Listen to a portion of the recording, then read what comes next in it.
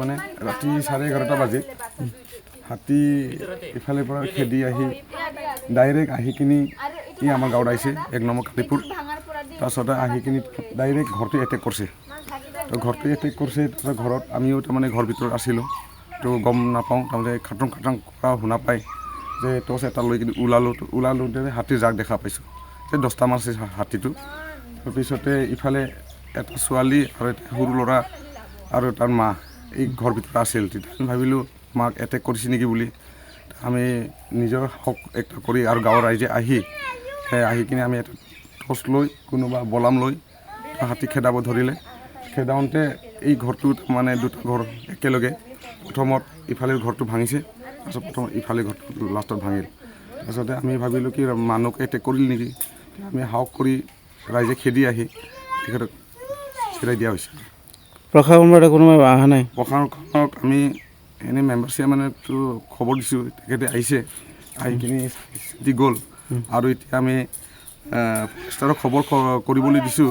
ডাঙৰ দীঘল সিহঁতে কৰিছে খবৰটো দিছে কিন্তু এতিয়াও আহি পোৱা নাই এতিয়া এতিয়াও হাতীটো মানে এই বাগানতে আছে ওচৰতে আছে তো ফৰেষ্টাৰে সোনকালে যদি আহে আমাৰ কাৰণে ভাল হয় আৰু ঘৰৰ খেতিবিলাক ঘৰৰ খেতিটো এনেকৈ চাইকেল আছিল আৰু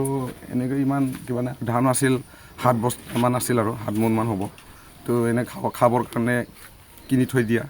তো সেইটোৱে অলপ অনিষ্ট হৈছে আৰু ঘৰত আৰু দেখা পাইছেই অৱস্থা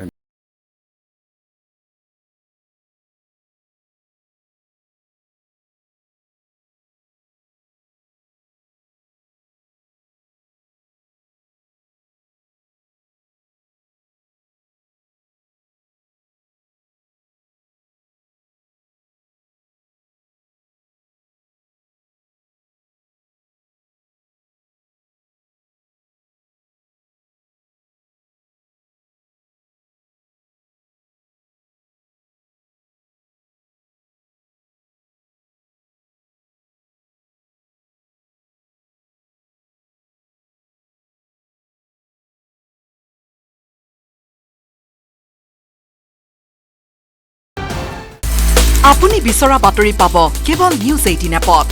নিউজ 18 এপ ডাউনলোড কৰিবলৈ স্কেন কৰক এই QR কোড গুগল প্লে ষ্টৰতো পাব এই নিউজ 18 এপ